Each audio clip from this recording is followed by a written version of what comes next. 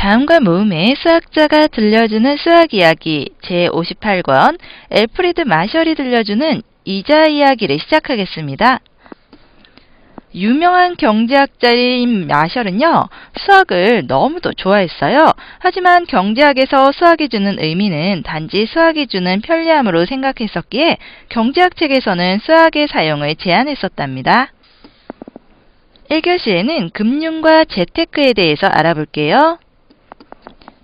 은행은 아주 옛날 고대 바빌로니아 시대부터 있었다고 합니다. 오늘날의 은행의 모습을 갖춘 것도 13세기 영국에서부터 이미 존재했어요. 은행에서는 예금을 안전하게 관리해주고요. 예금을 관리해주면서 나중에 이자까지 붙여서 돌려주죠. 그리고 급하게 돈이 필요할 때 돈을 빌릴 수도 있고요. 그리고 세금과 여러 가지 요금들도 낼 수가 있습니다. 먼 곳에 돈을 보내는 것도 쉽게 할 수가 있는 거죠. 은행은 예대마진으로 수익을 만들어서 돈을 버는데요.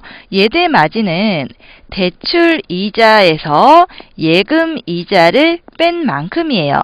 그러니까 예금을 맡았을 때 돌려주어야 하는 이자보다 대출을 했을 때 나중에 받게 될 이자가 더 많은 만큼이 수익이 되는 거죠. 은행 말고 다른 곳에 대한 금융 이야기도 해볼게요. 먼저 주식을 생각해 볼 수 있는데요. 주식회사의 자본을 구성하는 단위인 주식은 주식을 사서 소유한 사람을 주주라고 하고요. 그리고 주주가 가지는 권리를 주권이라고 합니다. 주권은 발행된 증서를 의미하기도 하고요. 투자자는 회사에 투자할 때 투자한 금액만큼 주권을 갖게 되는 거예요.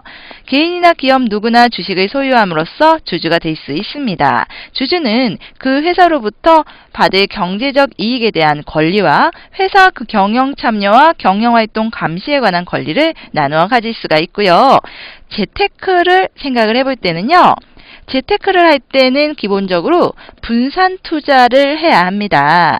분산 투자는요, 각 투자 대상이 지니고 있는 위험을 서로 분산함으로써 위험을 줄이려는 투자 전략이고요. 그리고 돈을 모으려는 목표를 확실히 가져야 돼요.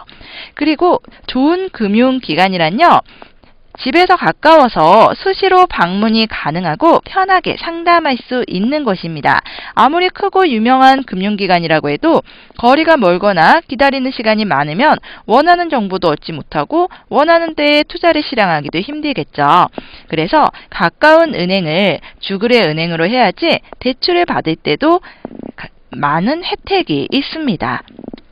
그리고 부자의 행동 양식 가운데 공통된 한 가지는 절대로 성급하지 않아야 해요.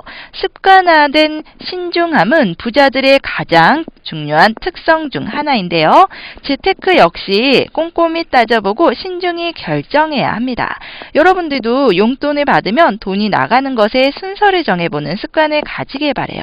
가장 중요한 것은 돈을 먼저 쓰는 요령을 익혀야 합니다.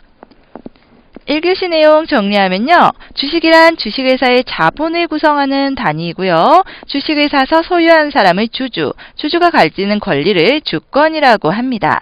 예금 이자와 대출 이자의 차이, 이것을 예대 마진이라고 하는 거고요. 투자를 할 때는 최고의 수익률을 올리는 것보다는 위험을 줄이도록 노력하는 것이 중요해요. 그리고 분산 투자라는 것은요, 각 투자 대상이 지니고 있는 위험을 서로 분산함으로써 위험을 줄이려는 투자 전략입니다.